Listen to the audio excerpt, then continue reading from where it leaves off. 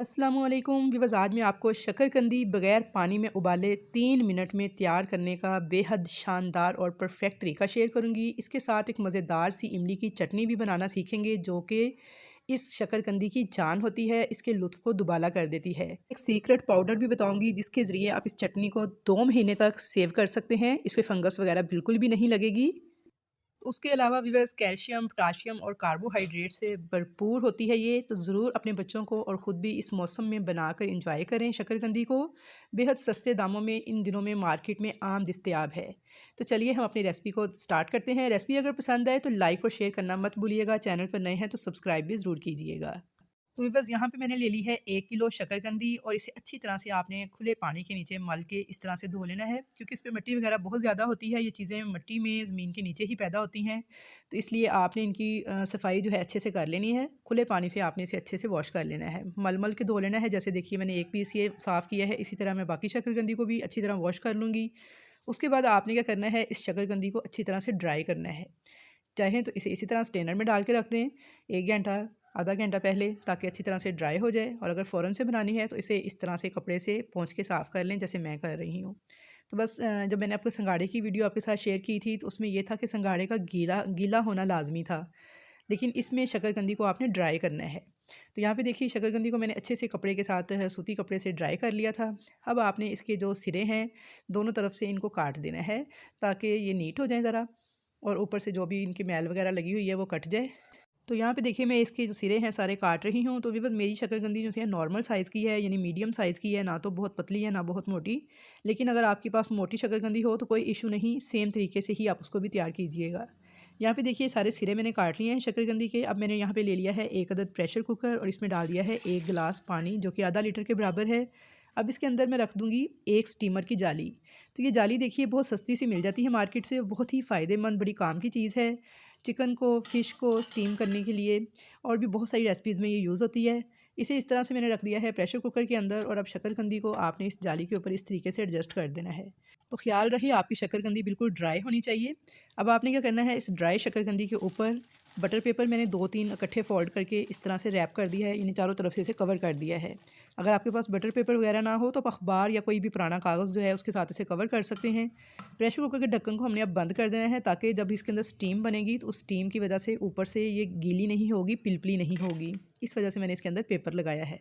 तो यहाँ पे देखिए जी प्रेशर कुकर को मैंने बंद कर दिया था, बिल्कुल ऐसे ही जैसे हम खाना पकाने के लिए प्रेशर कुकर को बंद करते हैं। इसे वेट लगा देंगे, इसके नीचे फ्लेम आपने हाई कर देना है और इसके पास ही आपने खड़े रहना है। तो थोड़ी ही देर बाद देखिए इसकी पिन ऊपर हो गई है और इसकी विसल अब जैसे ही बोलना स्टार्ट करेगी तो हमने टाइम को नोट करना है। यहाँ पे देखिए जी जैसे ही इसकी विसल बोलना स्टार्ट हुई है तो 3 मिनट का टाइम आपने नोट कर लेना है। ठीक 3 मिनट के बाद आपने क्या करना है, इसके नीचे से चूल्हा जो सा है उसे बंद कर देना है। तो यहाँ पे 3 मिनट हो गए थे विसल को बोलते हुए, फ्लेम मैंने ऑफ़ कर दिया है और अभी आपने वेट को नहीं हटाना। इसी तरह से इसे 5 मिनट तक आपने चूल्हे पे ही पड़ा रहने देना है, और 5 मिनट के बाद जब इसकी सारी स्टीम अपने आप ही रिलीज़ हो जाएगी, पिन इसकी नीचे चली जाएगी, तो तब आपने इसे चूल्हे से हटाना है और इसका वेट जो है उसे रिमूव करना है। बस आपने इस बात का ख्याल रखना है कि इसकी गैस आपने खुद से नहीं निकालनी, बल्कि इसी गैस के अंदर ही इस शकरकंदी ने पकना है, यानी स्टीम होना है। अब यहाँ पे देखिए 5 मिनट हो गए थे, इसकी पिन नीचे हो गई है, गैस इसकी ऑटोमेटिकली खुद ही ख़त्म हो चुकी है। अब मैं इसका वेट हटा दूँगी और इसको खोल दूँगी। तो ये देखिए माशाल्लाह से जो पेपर था इसके ऊपर, उसने सारे का सारा जो पानी था जो इसके ढक्कन के साथ स्टीम बन के नीचे आया था उसे अब्ज़ॉर्ब कर लिया है, और हमारी शकरकंदी बिल्कुल ड्राई है। आप देख सकते हैं कि बिल्कुल ये ड्राई है, और अब छुरी के साथ इस तरह से चेक कर लेंगे तो ये बिल्कुल देखें डन हो चुकी है, पक चुकी है अंदर तक।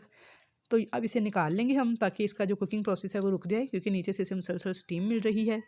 तो ये देखिए अब इसे मैं प्लेट पे निकाल लूँगी और इसे थोड़ा ठंडा होने देंगे। जब तक हमारी शकरकंदी ठंडी हो रही है तो हम इसके लिए एक मज़ेदार सी चटनी तैयार कर लेते हैं। इस चटनी के बगैर ये शकरकंदी अधूरी है, यानी इसका मज़ा नहीं आएगा। तो यहाँ पे देखिए मैंने 1 पाव इमली ली थी, जिसे मैंने 2.5 से 3 कप पानी लिया था और उसमें भिगो के रखा हुआ था। पल्प मैंने सारा इसका अलग कर लिया है, गुठलियाँ वगैरह सारी अलग कर दी थी। फ्लेम ऑन करके मैंने इमली को पकने के लिए रख दिया है चूल्हे पे। अब इसके अंदर मैं डालूँगी, आप गुड़ या फिर शक्कर दोनों में से कुछ भी ऐड कर सकते हैं। यहाँ पे मैंने 4 टेबल स्पून के बराबर शक्कर ली है, जो कि मैंने इसमें ऐड कर दी है। आप गुड़ भी पीस कर शामिल कर सकते हैं। 1 टीस्पून के बराबर मैंने डाल दिया है इसके अंदर नमक। अब मैं इसके अंदर डालूँगी थोड़ी सी कुटी हुई लाल मिर्च, तकरीबन ½ टीस्पून के बराबर। थोड़ी इसमें काली मिर्च डाल देंगे ½ टीस्पून के बराबर, और इसमें ½ टीस्पून के बराबर ही चाट मसाला ऐड कर देंगे।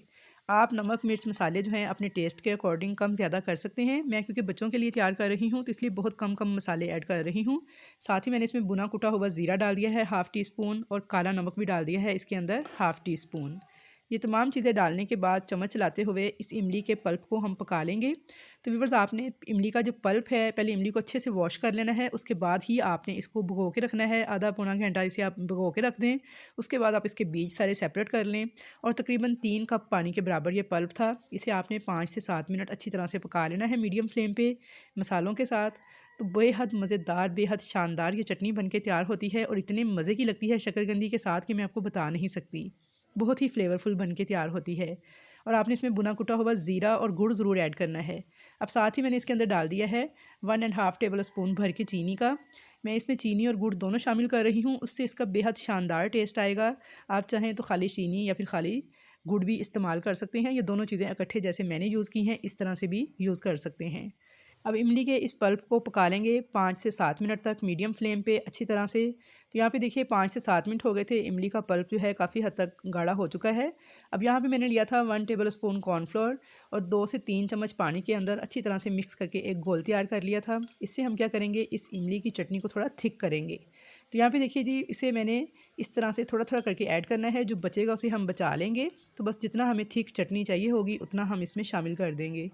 तो यहाँ पे मैंने कॉर्नफ्लोर को मिक्स करके थोड़ा थोड़ा करके ऐड किया है, और मेरा तकरीबन सारा ही चला गया है।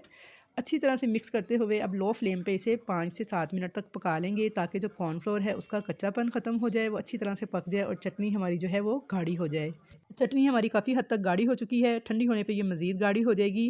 तो अब अगर आप इस चटनी को 1 महीने तक सेव करना चाहते हैं फ्रिज में रख के, या वैसे ही कि इसमें फंगस वगैरह ना लगे, क्योंकि आपने शकरकंदी अक्सर बनानी होती है, तो इसके अंदर हम एक सीक्रेट चीज़ मैं आपको बता रही हूँ। तो ये मैंने डाला है सोडियम बेंजोएट 2 चुटकी के बराबर। 2 चुटकी के बराबर आपने सोडियम बेंजोएट डालना है, और अच्छी तरह से मिक्स करते हुए इसे 1 से 2 मिनट तक पका लेना है इस चटनी के साथ। तो व्यूअर्स, अब आपने इस चटनी को 2 महीने तक भी रख के इस्तेमाल करेंगे तो ये ख़राब नहीं होगी, इसमें कोई फंगस वगैरह नहीं लगेगी। जब दिल चाहे आप इसे निकालें फ्रिज से, या फ्रिज से बाहर भी इसे एयर टाइट जार में रख के आप यूज़ कर सकते हैं। सोडियम बेंजोएट जो है फूड प्रिजर्वेटिव होता है। किसी भी पंसार स्टोर से आसानी मिल जाता है। आप पंसारी की दुकान पे जाके उनसे कहें कि जो आप शरबत वगैरह में या वो जो चीज़ें तैयार करते हैं, मुरब्बे वगैरह, उसके अंदर जो आप सोडियम बेंजोएट डालते हैं, हमें वो दे दें तो आपको बआसानी मिल जाता है। पंसार स्टोर वगैरह से अक्सर लूज़ पैकिंग में भी मिल जाता है। 100-150 रुपये का काफ़ी ज़्यादा आ जाता है, और बड़ी ही काम की चीज़ है। केचप वगैरह में भी मैं यूज़ करती हूँ, और भी कुछ रेसिपीज़ के अंदर। तो ये चीज़ें आपकी ख़राब नहीं होती फिर, चाहे आप फ्रिज से बाहर भी रखें इनको एयर टाइट जार में। तो बाज़ार वाली केचप में भी यही चीज़ डाली होती है इन्होंने, इसी वजह से उसे फंगस वगैरह नहीं लगती। तो व्यूअर्स, अगर आपने फ़ौरन से चटनी को इस्तेमाल करना है 5 से 7 दिन तक, तो ये ख़राब नहीं होती। इसे इसी तरह ही आप यूज़ कर सकते हैं। लेकिन अगर आपने इसे लॉन्ग टाइम तक यूज़ करना है, तो फिर आप सोडियम बेंजोएट शामिल कीजिएगा, वरना चटनी आपकी इसके बगैर भी बेहद मज़ेदार बन के तैयार हो जाती है, लेकिन उसकी शेल्फ़ लाइफ थोड़ी कम होती है। तो यहाँ पे चटनी को देखिए जी, मैंने एक बाउल में ट्रांसफ़र कर लिया है। इसे ठंडा होने के लिए छोड़ देंगे, और तब तक हम अपनी शकरकंदी को देख लेते हैं, जिसे कि हमने ठंडा होने के लिए रखा हुआ था। तो यहाँ पे देखिए जी, शकरकंदी हमारी ठंडी हो चुकी है। तो आपने इसका छिलका उतार लेना है। तो यहाँ पे छिलका आपने इसका ठंडी करने के बाद ही उतारना है, और इसकी कटिंग करनी है, क्योंकि अगर आप इसे गरम-गरम काटने की कोशिश करेंगे तो इसके अंदर एक जाला सा नज़र आता है, जो कि ठंडा होने पर खुद ब खुद ही ख़त्म हो जाता है। तो ये देखिए जी, बेहद शानदार हमारी शकरकंदी तैयार हुई है। ना तो ये पिलपली है, और ना ही बहुत ज़्यादा गली हुई है। बहुत ही मज़ेदार बन के तैयार हुई है सिर्फ 3 मिनट के अंदर। इसके ऊपर थोड़ा सा चाट मसाला छिड़क लेंगे, और ये चटनी इसके ऊपर डाल के इसको खाने के लिए सर्व करेंगे। तो व्यूअर्स, ये बेहद मज़ेदार थी, जायके में भी, दिखने में भी, और खाने में भी। तो आई होप व्यूअर्स कि आपको मेरी आज की शकरकंदी बनाने की और इमली की चटनी बनाने की रेसिपी पसंद आई होगी। इसे ट्राई कीजिएगा और फीडबैक ज़रूर दीजिएगा। अल्लाह हाफिज़।